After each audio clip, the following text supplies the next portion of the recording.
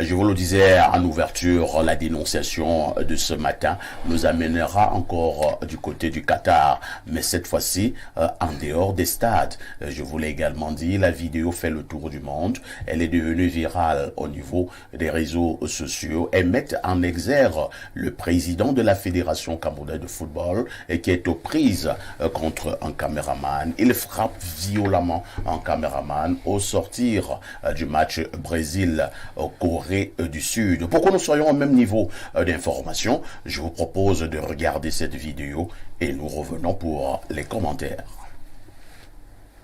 Ok. C'est la vidéo que nous avons donc devant nous. Je passe d'abord la parole à Arnaud Victor Eyada. C'est vous qui êtes l'homme de la dénonciation. Et nous vous avons aidé ce matin avec cette dénonciation entre guillemets. Pour l'heure, les débats vont dans tous les sens. Certains qui estiment que le 9, Samy, était dans son rôle de se défendre. Beaucoup qui pensent que Samuel Eto'o fils n'a pas fait honneur au Cameroun avec un tel agissement. Je vous passe la parole. Bien, merci de me passer la parole en premier sur la question. Mais avant de répondre, je vais d'abord aussi aller dans le sens qui interpelle notre ministre des Relations extérieures pour qu'il fasse appel à l'ambassadeur de l'Algérie au Cameroun, parce que les relations entre l'Algérie et le Cameroun depuis l'élimination à Blida de l'Algérie font bon train et ça va dans tous les sens. Vous connaissez bien l'analyste sportif qui travaille à Canal Plus Horizon, Nabil Djeli, qui n'a de cesse d'insulter le Cameroun à tout vent. Ça, c'était la parenthèse que je ferme tout de suite. Cette vidéo a un début. Et le début de la vidéo, c'est lors de la remise du dernier ballon d'or européen où Samuel Eto'o se rend à la cérémonie. Un certain Gassama, je ne sais pas si les journalistes, les Algériens, se met à l'insulter en le traitant de tous les noms d'oiseaux. Il précise bien que le Cameroun a triché pour se qualifier pour la Coupe du Monde. Eto'o est un corrompu, un tricheur. Une dame lui dit à côté, ce que vous faites là, c'est mal élevé. Il dit, je ne suis pas mal élevé, je défends mon pays. J'ai donc eu le temps, après avoir suivi cette vidéo qu'on vient de voir, de regarder aussi quelque part à YouTube, où ça va bien dans tous les réseaux sociaux aussi, le monsieur qu'on appelle le youtubeur, je préfère volontairement oublier son nom, dit qu'il avait demandé la permission à Samuel Eto'o de le filmer, Eto'o a accepté, et c'est comme ça qu'il a collé Samuel Eto'o. Sauf que là, il a posé la question à Samuel Eto'o sur l'affaire Gassama. Et Eto'o l'a frappé qu'il ne va pas rester à ce niveau, il va poursuivre Samuel Eto'o. Maintenant, mon avis. À première vue, l'acte que Samuel Eto'o pose est un acte condamnable. Au-delà d'abord de son rang, c'est quelqu'un qui devrait avoir une certaine maîtrise de soi. Ça se travaille.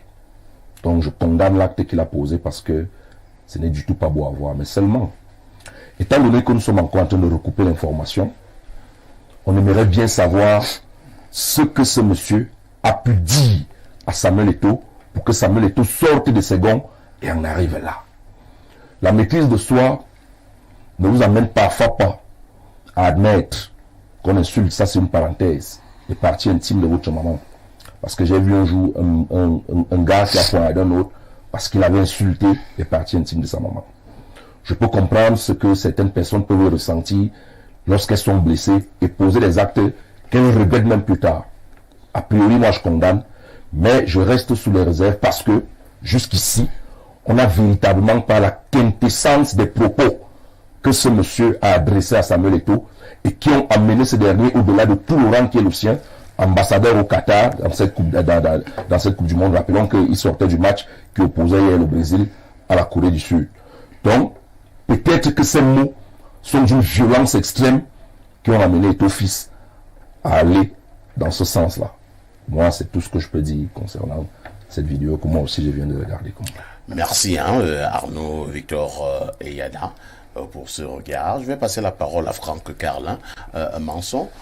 Franck Carlin Manson, beaucoup estiment que lorsqu'on s'appelle Samuel Eto'o, lorsque vous êtes cette personnalité publique d'envergure mondiale, une certaine maîtrise s'impose. Bien entendu, parfait, parce que quand vous êtes un responsable ou alors un dirigeant, vous êtes supposé avoir une certaine maîtrise de vous. Mais seulement, je sais très bien que ça va de pair aussi avec votre niveau de construction au niveau intérieur. Mais seulement, la vidéo nous renseigne un peu sur le caractère incivique de, je peux dire, à un certain niveau du personnage. Et puis loin même, j'oserais dire peut-être la FECAFOOT, puisqu'il incarne cette institution-là. Bon, je me suis posé la question à savoir, est-ce que c'est ce type de management ne serait-il pas justement la cause même de la débâcle des liens indomptables à la Coupe du Monde? Je me suis aussi posé vraiment la question, parce qu'imaginez que... Je ne comprends pas bien ce genre d'attitude. C'est-à-dire si ça pourrait avoir un lien avec la débâcle de nos Lions. Bien sûr, parce que imaginez que les joueurs, si les joueurs sont soumis, c'est-à-dire à ce type de management, de pression, il est clair que ça aura certainement un impact au niveau de leur psychologique. En fait, ce sont des questions que l'on peut se poser entre autres.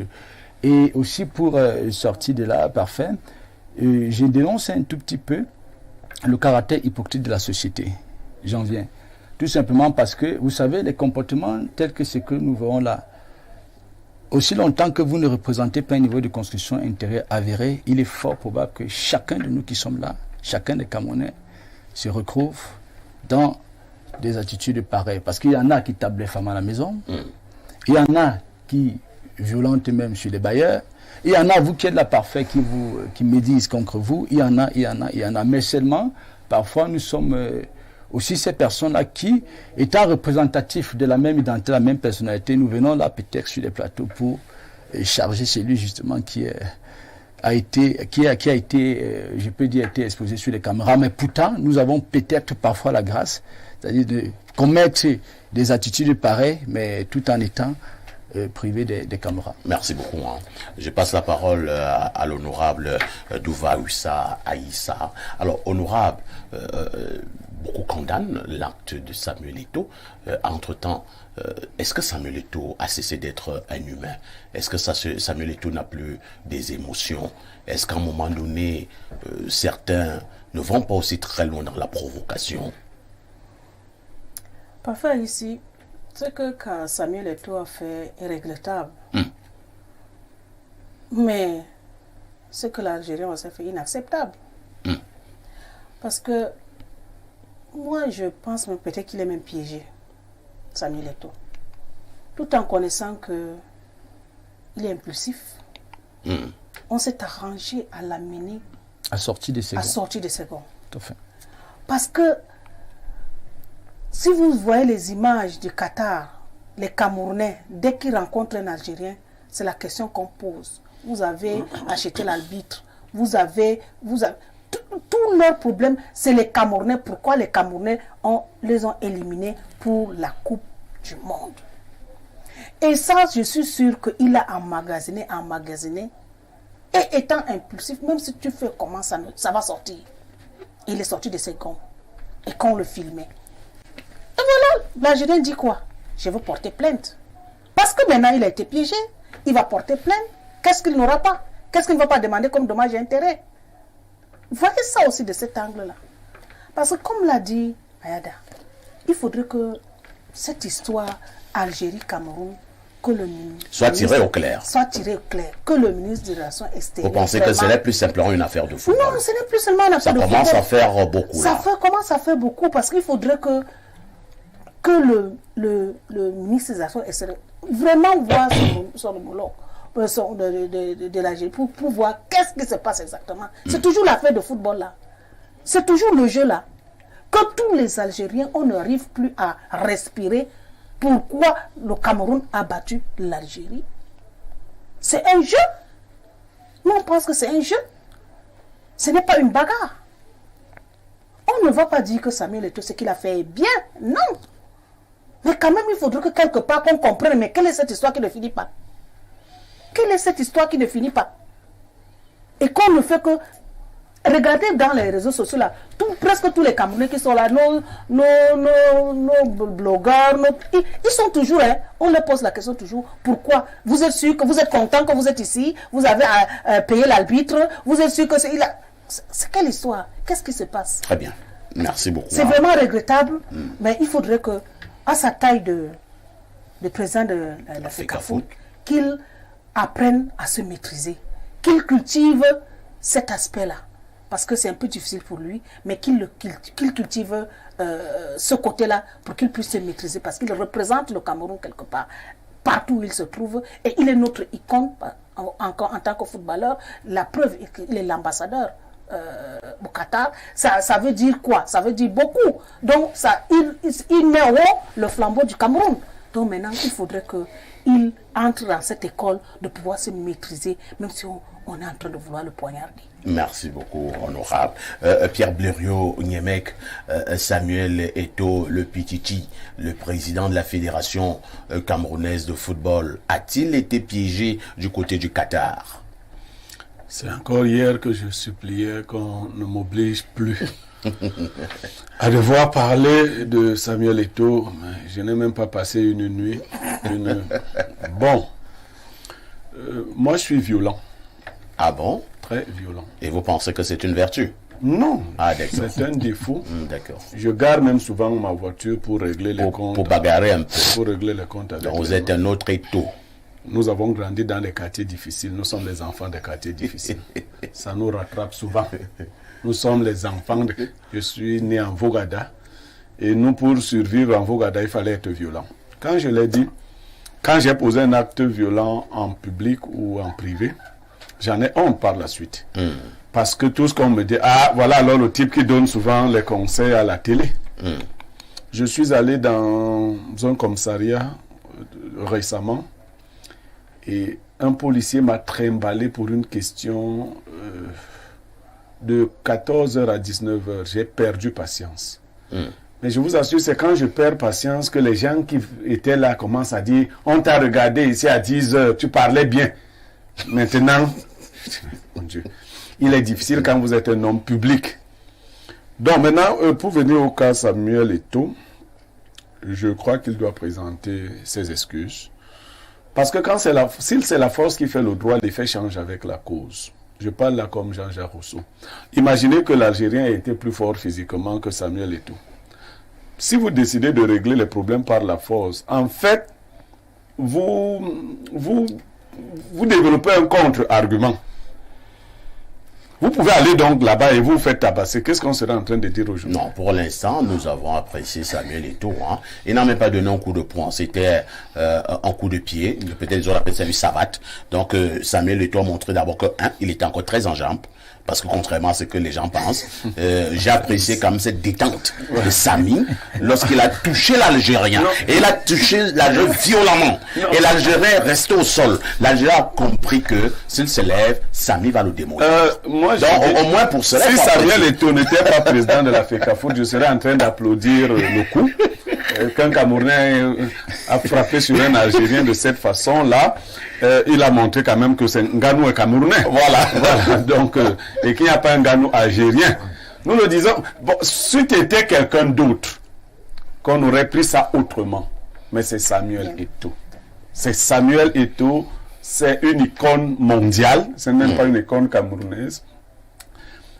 Ce que nous avons dit par le passé, et les gens refusent, parce que vous voyez même cela, quelques étolaudateurs disent que c'est très bien, qu'il fallait même qu'il ajoute encore. Non, nous disons que pour l'image et la fonction... Moi, j'ai vu quelqu'un me dire, Samy l'a même raté. Voilà. Non, honnêtement, nous pouvons le dire en privé qu'il l'a raté, mais pour l'image et la fonction, dans le cas d'espèce, c'est l'Algérie qui va saisir les autorités camerounaises. Merci. Et je vous demande de vous arrêter d'avoir ce niveau, Pierre Blériot, parce que je vous propose une autre vidéo. On regardera également cette deuxième vidéo et on reviendra pour d'autres commentaires. Allons-y. Je voulais vous dire un truc. Coach, je voulais vous dire un truc que vous avez triché. au match. Vous avez triché au match. Et vive l'Algérie. Vive l'Algérie. 1, 2, 3, vive l'Algérie. Belmadi. نموت عليك. نموت عليك Belmadi. Je suis avec un tricheur corrompu. Voilà. Voilà. Tricheur. Corrompu. Tricheur. Tibladi Rouchni. Voilà les tricheurs. Rigobert, ça va avec Gassama? Ah, vous avez acheté Gassama? Gassama. لعبها ما يسمعنيش. أنا لابس برنوس غالي عليك. برنوس هذا اللي أنا لابسه هذا غالي عليكم في زوج. Sure. Voilà. Voilà. Gassama. Joshua Gassama. Voilà. Ils ont acheté le match. D'accord. Je pense qu'on aura également regardé cette autre vidéo parce que la bagarre ne commence pas seulement lorsque Eto'o est en train de frapper sur ce caméraman. Cette vidéo est antérieure à la bagarre et on suit cet Algérien qui est en train de proliférer des injures à Samy et ils sont à 0 mètre. Hein. Oui. Mais là, Samuel ne fait rien. Ils sont à 0 mètre, Samuel ne fait rien. À un moment donné, Pierre Blériot-Niamec, est-ce que le cœur a l'os pour parler comme au village? Non, c'est pas une affaire de cœur qui a l'os. À la vérité, il y a des exercices cathartiques qu'on fait. C'est quand vous emmagasinez. Madame la députée, l'honorable, vous a dit que Samy est impulsif. Donc oui, il est impulsif. Ouais. Mais vous avez suivi la deuxième vidéo que je viens de montrer. Est-ce que Samy était impulsif? Non. Vous avez vu la distance entre l'Algérien et Eto'o? Et ça ne fait même pas 1 mètre. Non. Il a fait des faire Eto'o. C'est pour cela qu'elle vous a dit qu'il emmagasinait. Ouais. Effectivement, il ne faut pas emmagasiner. Il y a une qualité qu'on appelle la bénignité. Attends, vos mots là, les bénignités, l'aspect cathartique, et ainsi de suite. Vraiment, quelqu'un insulte ta mère, tu dis que non, toi et moi, nous nous connaissons, nous sommes 2 garçons violents, ne parlons pas de nous. Oui. Je dis ceci, à un certain niveau de fonction. Vous, je vais le dire simplement, vous banalisez, vous tournez ça en jeu. C'est-à-dire que quand... Attends, Blériot, quelqu'un insulte ta mère, vous dites que non, vous bon, dans le cas d'espèce... Je prends un exemple.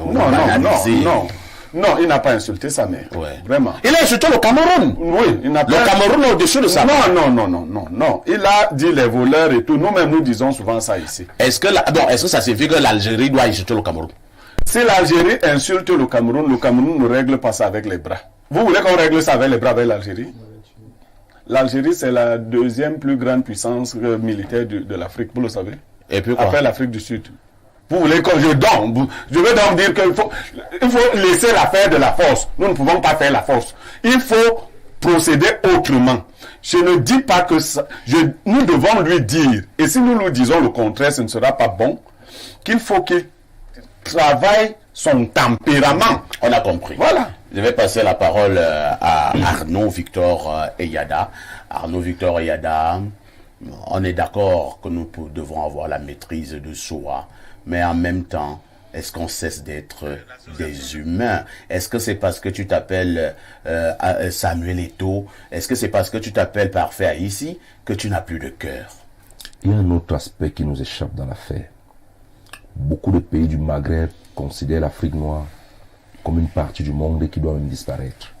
Il y a beaucoup de pays dans le Maghreb qui n'acceptent même pas qu'ils sont africains. Je me souviens qu'il y a un autre là qui demandait une certaine année là, qui voulait entrer à l'Union européenne. On se souvient d'un autre qui avait refusé de prendre la CAN parce qu'il y avait Ebola. Il a refusé d'organiser la CAN, on allait organiser la CAN en Guinée équatoriale. Donc ces gens nous considèrent d'abord comme des sous-hommes à la base. Si c'était un problème Algérie-Maroc et que le Maroc se qualifiait au détriment de l'Algérie, avec la même manière, c'est parce que c'est le Cameroun, il considère, et officie, il y a quelque chose que j'apprécie sur lui, c'est que visiblement, même quand il a été au Barça, même quand il était à l'Inter, tout son passage dans sa carrière, il subit les frasques du racisme. On a vu comment les gens lui lançaient parfois les pots de banane en plein match au stade. Pour montrer qu'il est un singe. Un jour, il a même arrêté de jouer. C'est Dani Alves qui allait le chercher. Il est sorti, allé jusqu'au vestiaire. C'est Dani Alves qui allait le prendre pour le ramener au stade. Donc c'est un combat d'abord qu'il mène depuis. Il y a donc cette jalousie-là, qu'en face, c'est Samuel Eto'o. Ayant brillé, ayant atteint le sommet du football mondial, ce qu'aucun Africain n'a jamais fait dans le monde. Il se retrouve aujourd'hui encore à la tête de l'Africa Foot. On peut critiquer son management, c'est normal, c'est de bonne guerre. C'est de bonne guerre qu'on critique son management. Mais Eto'o fils est l'un des rares à avoir réussi en tant que footballeur et après sa carrière de football. Je connais beaucoup de footballeurs milliardaires qui sont devenus des pauvretons, qui n'ont même pas de quoi manger aujourd'hui. Mais Eto'o fils a gardé la ligne. Il ne peut pas faire la joie des gens qui n'ont pas des Eto'o fils chez eux. Les autres ont aussi leur rabat majeur et autres. Donc, c'est d'abord un combat idéologique et diplomatique. C'est pourquoi moi j'ai dit, dans mon propos liminaire, que les autorités compétentes doivent intervenir. Vous avez interpellé le ministre des Relations extérieures. La signer. Parce que moi, franchement, je ne sais pas si je me retrouve ici aussi au Cameroun avec un Algérien en train de m'insulter comme ça. Je ne suis pas très sûr que je vais me maîtriser. Vous n'allez pas faire mort de catharsis. Franck Carlin, Samy, a donc frappé le caméraman. Maintenant, le fameux Algérien dit qu'il va porter plainte, ainsi de suite, ainsi de suite.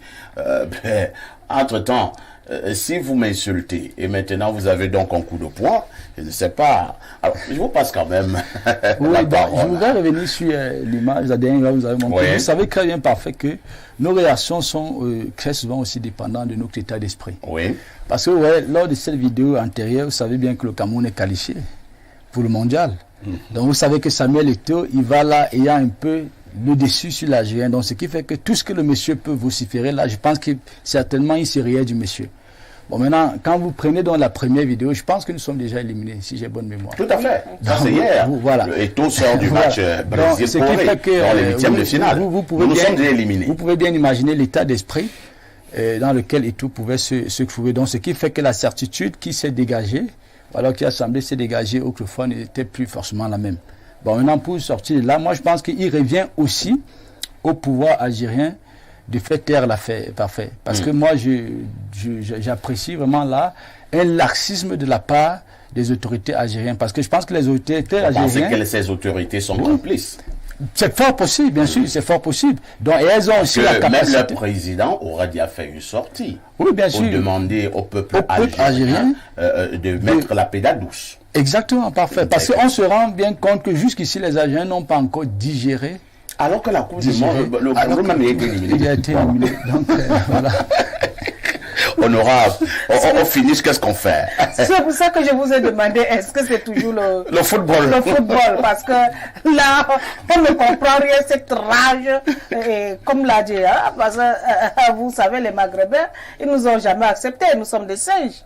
Donc, ils nous ont jamais accepté, encore qu'on vient les éliminer pour la Coupe du Monde. Ils ne peuvent pas digérer cela. Si c'était le Maroc, ils nous auraient accepté. Mais comme on parle encore le Cameroun et c'est de ces singes, je pense que ça ne le plaît pas. Mais ce que je voulais dire, un conseil à Samuel Eto'o, c'est de pouvoir cultiver vraiment la maîtrise de soi. Il est maintenant, il est, c'est pas qu'il est maintenant, il est une icône, il est une personnalité publique, donc il faudrait qu'il arrive à se maîtriser.